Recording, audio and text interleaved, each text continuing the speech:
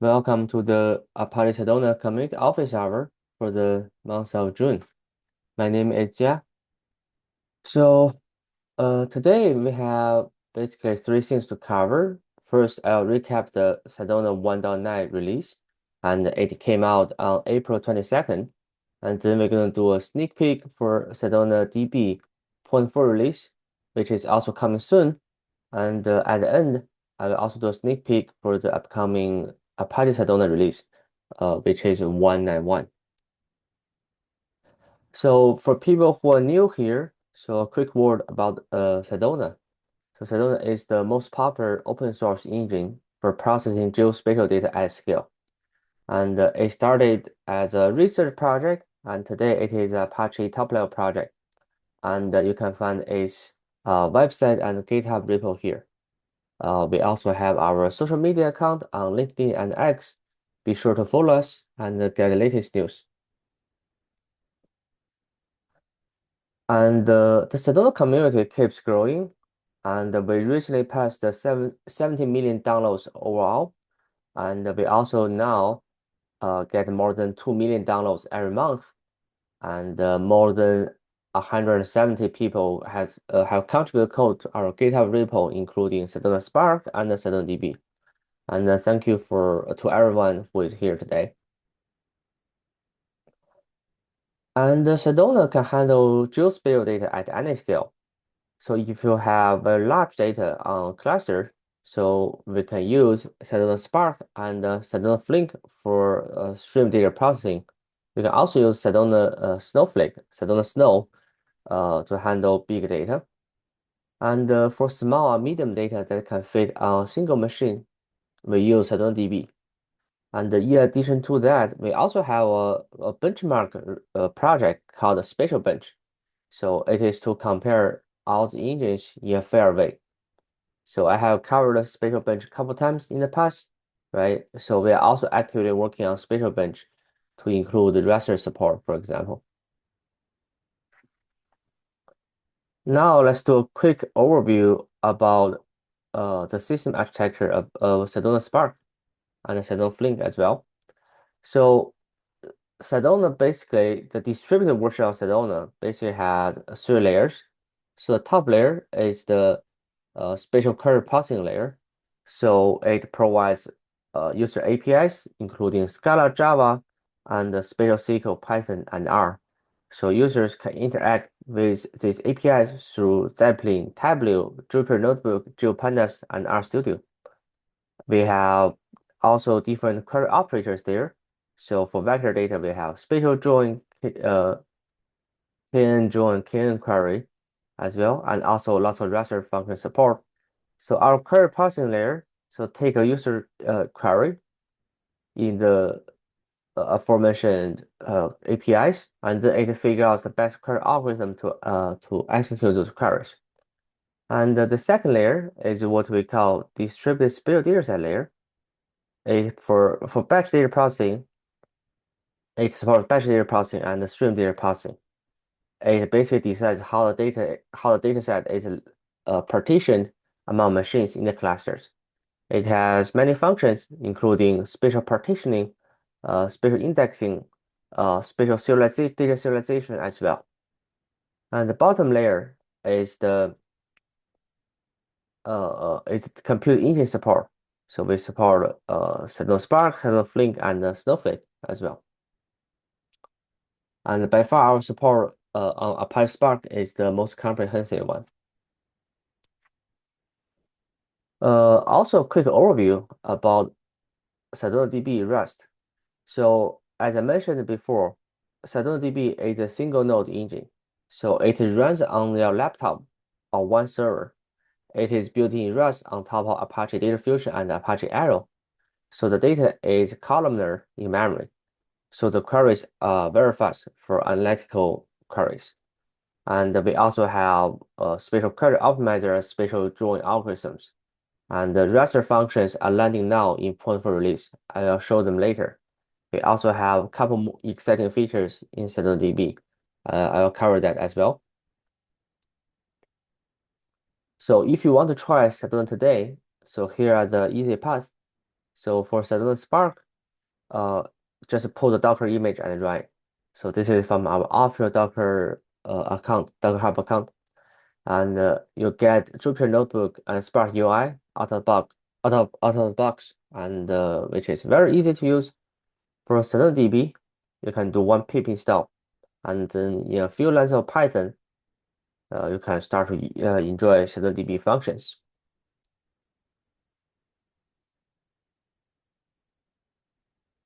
By the way, folks, so we have enabled Q&A and the chat box in the webinar, right? If you have any questions or anything you want to discuss, feel free to post questions there, right? I'll answer the questions along the way.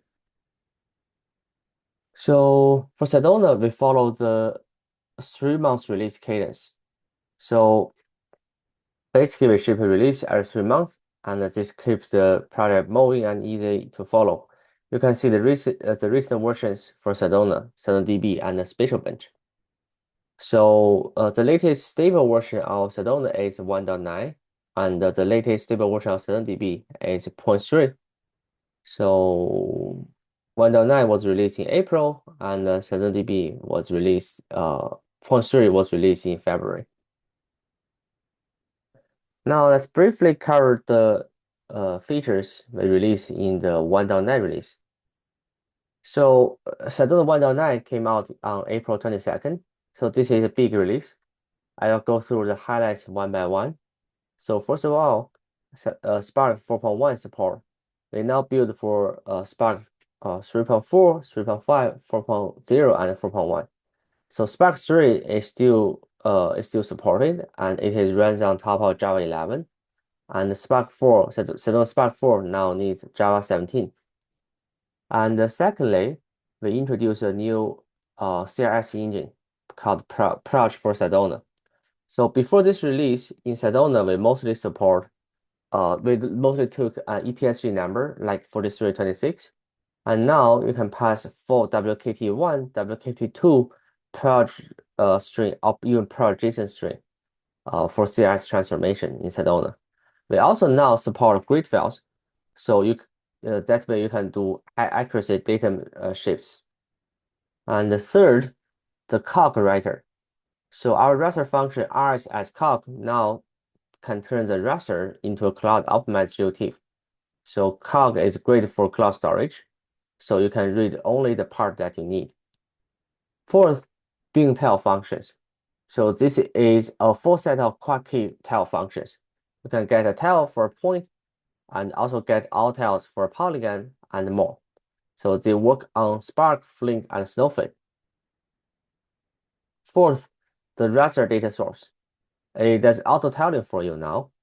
So Spark has a 2 GB limit per record per row. And because of that, a big raster breaks that limit, and you won't be able to read big data. So with auto-tiling, the reader now speeds the raster for you. So no more auto memory errors. Sixth, new geometry functions. So ST offset curve gives you a parallel line on the left or right, and ST shortest line gives you the line between two shapes. And ST geohash neighbor returns the geohash neighbor. And we also have ST geom from MySQL reads the MySQL geometry directly. Seventh, GeoParquet. We now write the covering metadata for GeoParquet version 1.1 and SRD round trips through PROJ-JSON. Now you no longer lose the CRS in Sedona GeoParquet reader and writer. And eighth, reader metadata. So shapefile and GeoPackage now expose a hidden metadata column after you read them through Sedona. And also the OSM PBF reader, which has been released before, right, is now extended with more fields. And finally, the GeoSeries API for GeoPandas. We added about 30 new methods. So this makes Sedona much more closer to GeoPandas. For example, Voronoi polygons and concave hull. So if you want more details, so the release page on Sedona website has everything. So this is basically the summary. and I will show a few big things with some pictures. So let's start with the cog writer. The Cloud Optimized GeoTIFF. So a normal GeoTIFF is one big file, right? To read any part, you often need to read the whole thing if you don't have cog. So cog is basically the same data, but organized in a smart way. So it has internal tiles and it has overview parameters, which is low resolution copies. Because of this layout, a client can use the HTTP range request. That means you can only download the bytes you need, so not the whole files. So this is perfect for cloud storage like S3, Google Cloud, and Azure. And now in Sedona, we fully leverage the features of cog. So first of all, like I mentioned, it can do auto tiling by only read the part that you need and shift that to each worker in the cluster. And also we have a writer that can write a raster into Cloud Optimized GeoTIFF.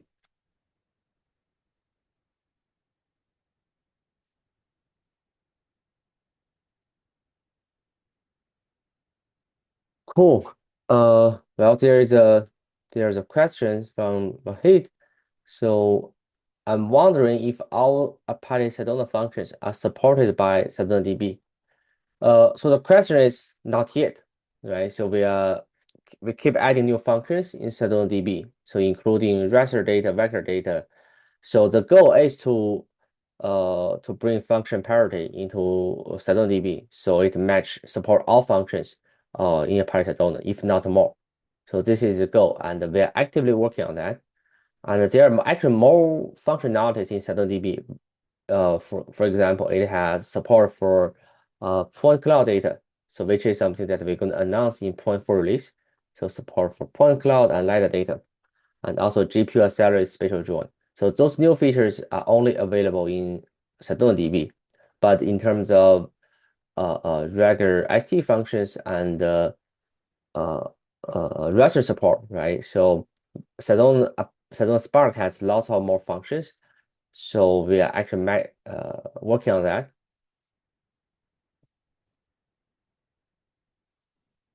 Cool. So another thing, so the Bing tile functions. So the Bing Maps tile system splits the whole world into quad tree. So at zoom level 0, so the world is one tile, and at each higher zoom, so every tile splits into 4. So each tile has a quad key, which is a short string that encodes its position and zoom. This is a very common way to index map tiles. So now you'll be able to have those functions, to call those functions inside Sedona Spark. Now the CRS support. So this is a big internal change. Before, Sedona mostly understand EPSG number 43, for example, 4326 for long lat. But the real world has many ways to describe a coordinate system. So with the new approach for Sedona engine, we now accept 6 input formats, including EPSG, ASRI, IAU for authority code. We also support WKT1, WKT2, PROJ strings, and PROJ-JSON. And this applies for both vector and raster data. And we have function called RSCRS and also ST transform. So it works for in both functions. We also support grid files, which gives high accuracy when you shift between datums. And this matters a lot for survey and government data. Now let's do a quick sneak peek on SedonaDB point 4 release. Couple interesting things. SedonaDB, as I mentioned, it is a single node analytics database engine with geospatial data as a first-class citizen. So in the past, so the first release of Sedona was made in September last year.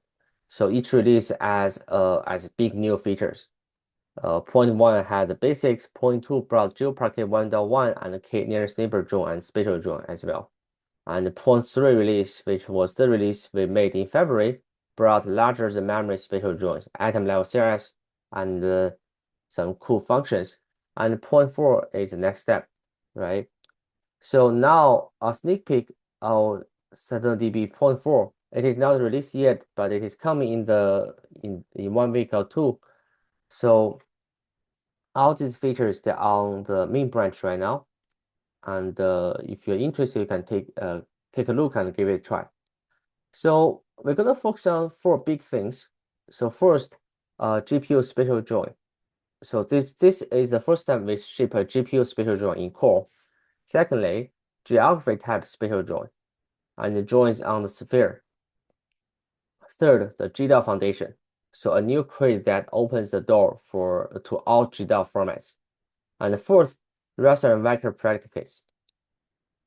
Now we can prune raster tiles before reading pixels. So I'll go through each one with a picture. So some context first, right? So spatial join is the most expensive operations in spatial analytics. So think about joining 1 billion points with millions of polygons. On CPU, this can take hours, and many of our users want us to keep improving the performance of our spatial join. And the modern GPU can do this kind of work in parallel, but it doesn't work well in traditional GPU accelerated spatial join. For example, it doesn't work in the CUDA cores of GPU. So in SedonaDB, we still do that in GPU, but we took a totally different approach. We also recently published a research paper in a top database conference, VLDB. It recently got accepted. So in our new release, we can also announce the acceptance of our VLDB paper. So,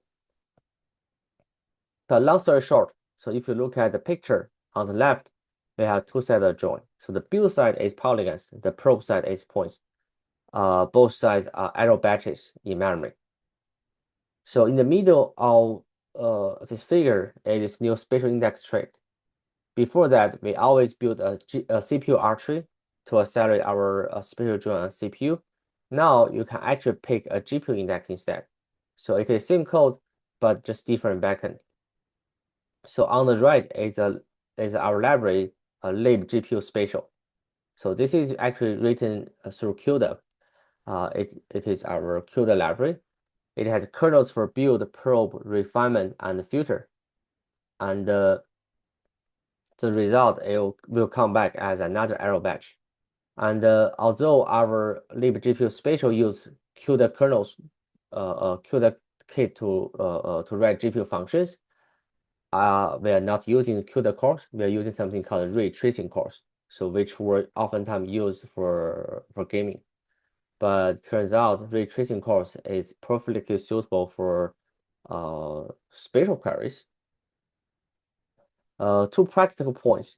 So one, GPU is optional, right? So if your machine has no GPU, right, you don't have to always use the GPU. You can fall back to our CPU implementation, and you don't have to change your SQL. So, and secondly, our Python view file,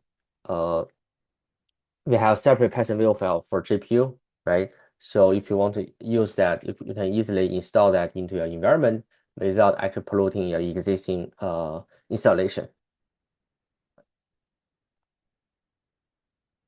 Cool. Another feature, so geography spatial join on the sphere. So some context first, right? So far, most spatial operations we have work on a flat 2D plane. So that works fine for some local data, but it doesn't work well for like things that cross the globe, like country level data, right? But Earth is round, so when your data covers the whole world, so a flat projection breaks down. So the distance near the poles gets wrong, and the lines that wrap the intermediate line gets wrong. So this is why a real geography type matters. So SedonaDB 0.4 is the first version of Sedona DB that has spatial join on the geography data type. So on the left of the picture, you can see that the globe with S2 cells, right? And on the globe, a ship and a coastline. So we want to find ships near the coast. And why do we need a geography data type for that? So if we project the data into a 2D plan, so distance near the poles will get wrong. With new geography data type, so we keep the data on the sphere and we use S2 cells as a sphere index. And the red panel is the new crate. So Sedona spatial drawing geography. So this is the first drawing planner we have in SedonaDB that works on the geography data type. You can do range drawing like STD within or ST intersect, right? And you can also give distance in meters on the sphere.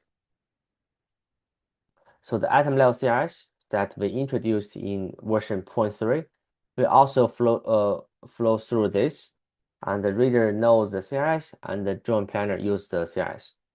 So there are lots of use cases for that, right? Aviation, global logistics, for example.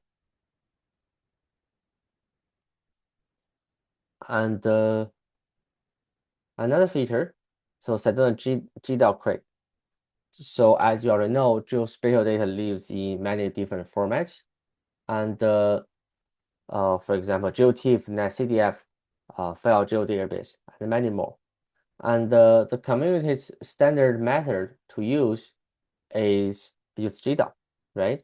But GDAL is written in C and C++. It is not easy to use originally in Sedona Spark, which was written in Java and Scala.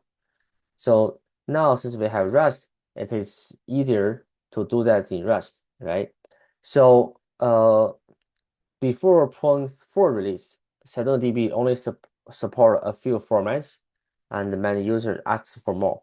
And this is why we are building the GDAL foundation in SedonaDB 0.4 release. So look at the picture here, right? So we have multiple layers in SedonaGdal. Basically, you still use the regular user API to interact with SedonaDB with SQL, Python, and R and Rust as well. But we have a dynamic loader that can actually, if you want to load data from specific data formats, right? We're going to have a dynamic loader that try to look up the GDAL library and find it for you, and it will leverage GDAL for the data format reading.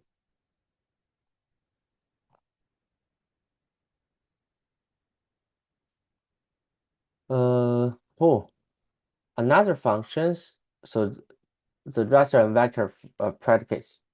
So we're adding raster support into SedonaDB as well, right? So as we know before, some raster data could be very large, and a single GeoTIFF could be hundreds of gig. And most of the time, the user only care about small area, right? One city or one farm. So before SedonaDB 0.4, we don't have much support for raster data, but we want to bring function parity of SedonaDB compared to Apache Sedona, Sedona Spark, right? So that's why we keep adding new raster functions here. So we're adding some new raster functions, for example, RS intersects, RS contains to this release. So as you can see from this this diagram on the left, so we have a raster split into many tiles, similar to what we did in Sedona Spark. And the green polygon in the middle is the area of interest, AOI. So with this predicates, so our engine now is able to only read the tiles that are needed, that intersect with the polygon. And the gray tiles will be pruned, and the narrow get decoded, and only the yellow tiles gets decoded. So for users on cloud storage like S3, so this can save a lot of time.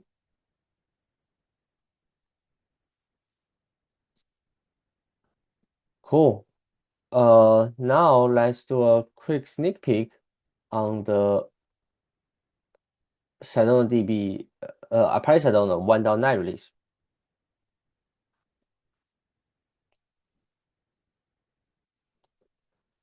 So Sedona 1.9 release is not released yet, but it's already on the master branch right now. So there are 4 big themes right now. So first of all, the geography data type with a full set of SQL functions on the distributed engine Sedona Spark. And also, there is a new lightweight bbox 2D type with a fast parquet pruning, and third, a 3D version bbox box 3D support, and fourth, there are more raster support into Sedona Spark. So let me show each one. So first of all, the geography data type, right? So as I mentioned just now, in SedonaDB 0.4, we added geography support and the geography joins. Now, the same idea comes to the distributed Sedona Spark engine, as well as Sedona Flink, with a full SQL surface. So a geometry, like I mentioned before, so a geometry works on a flat plane, and a geography works on the sphere. So we added a full set of functions in Sedona Spark. Look at the pictures. We have predicates, st-intersect, st-within, st-contains, st-equals, d-within, and measures such as st-area, st-length, and the constructors, st-buffer, st-centroid, so on and so forth. And yes, so that's lots of functions. I hope our user will like it. And second, the new box 2D type. So a box 2D is just a 2D bounding box, min x, min y, max x, and max y. It is small and cheap, and it is very good for filtering. So if you already know data that is, you already know you only need the bounding box of the data. So oftentimes this can save you lots of time. So if you already know the data, you don't need that high accuracy.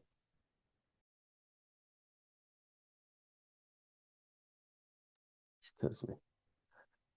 Look at the picture. So imagine a GeoParquet file with several row groups, and each row group stores the bounding box of its data. So this is allowed by the GeoParquet standard, and we'll run st bound box intersect against the area of interest. Sedona can actually use this box statistics to skip row groups that do not overlap.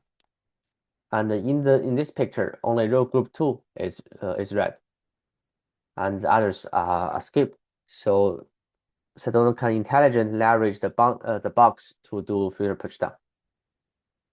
We added a bunch of functions for box 2D, such as constructors, box 2D, and box make box 2D, and also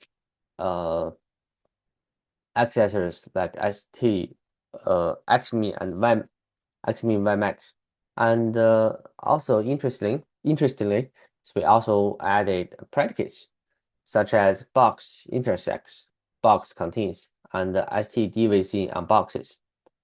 And there is also a cast between geometry and the box 2D, and it is also wired into our Python data frame API, and as well as Flink.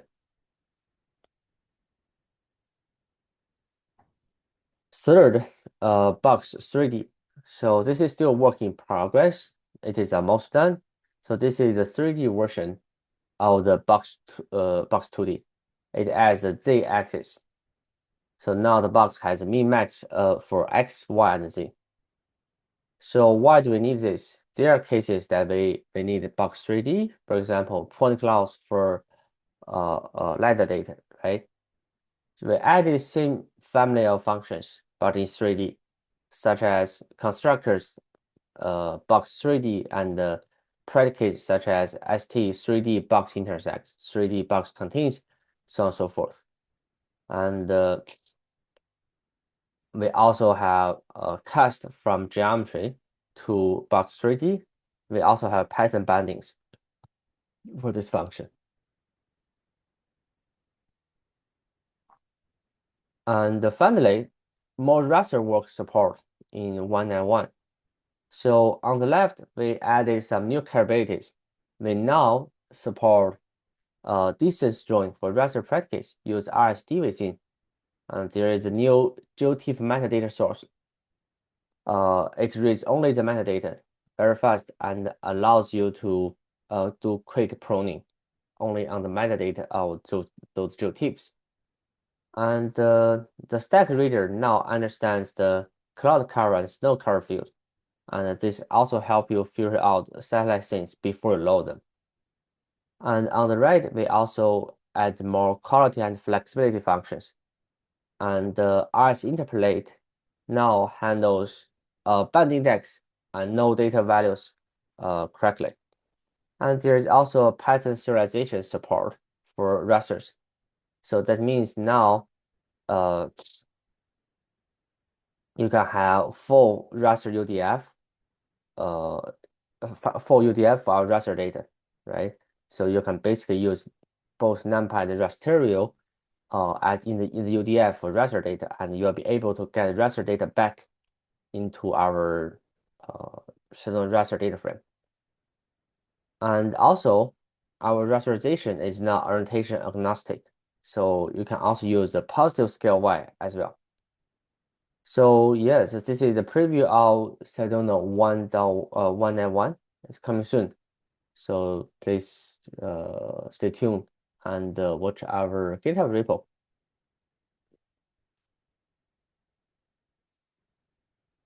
All right.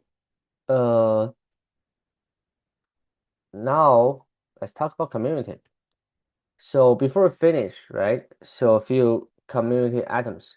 So first of all, there is a book about Apache Sedona. So it is called Cloud Native Geospatial Analytics with Apache Sedona. So Variables gives away free copies. So the link is there, but you can also search through Google. Just put the name there, Cloud Native Geospatial Analytics with Apache Sedona. So this is already annual book, and we are giving free copies. So you are interested, get a copy there, and this is a good place to start and learn about Apache Sedona. Secondly, we need your help. So Sedona is an open source project, right? You don't need to be an expert to help. There are lots of places that you can help without knowing the kernels of Sedona. So you can add notebook examples that show real use cases. You can also improve the documentation. And more tutorials are always welcome. And when we make a new release, you can also help us test it. You can verify the release signatures and run the correctness tests. So every bit of help makes the project better. And finally, we'd love to hear a story. So if you use Sedona at work or in a project, you can tell us.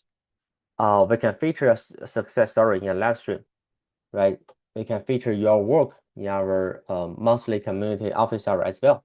So if you're interested, you can reach out to me through email, right? My email is there. So jiavayu@apache.org. You can also find me on Sedona Discord, and you can tell me if you are interested to talk about your experience with Sedona, right? So, all right, thank you all for coming today. Now let's open for some questions.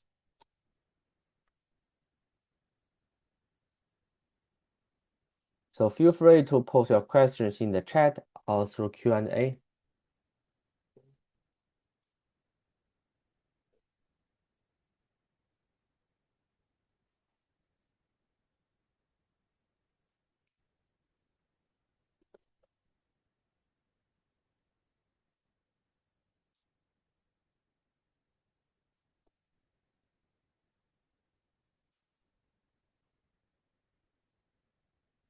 Yes, thank you, John. I'm glad that you're excited and like the features.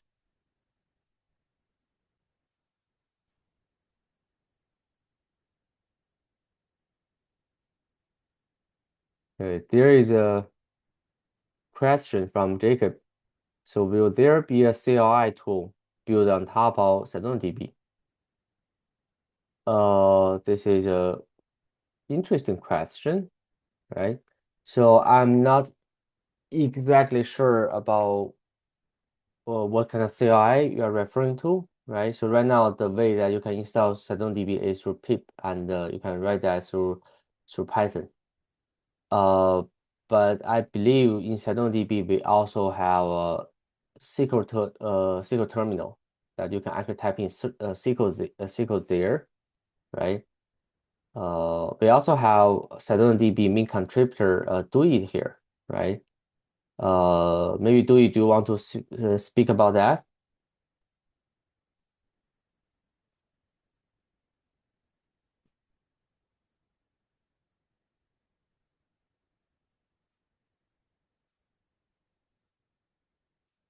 Oh, yeah. Yeah, there is a CLI. We haven't put a lot into it. We use it mostly for testing. But there is, I'll put the command to install it. It's like cargo install Sedona-CLI, I think. I think that will work.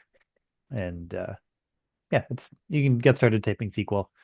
I don't think we've really thought too hard. If we probably there's a better chance that we'll do something like make an ADBC driver and use some existing tools so that we don't have to maintain a SQL shell because we're spatial people and not SQL people, or at least I am. So Cool. Thank you, Dewey. Yeah, there's a question in the chat, right? So yes, Pranab and I will be at the Databricks Summit. So Databricks Summit is from June 16 to 18 in San Francisco, right? So if any of you are coming to the Databricks Summit, you can find us there. So we are at the Whereabouts booth there.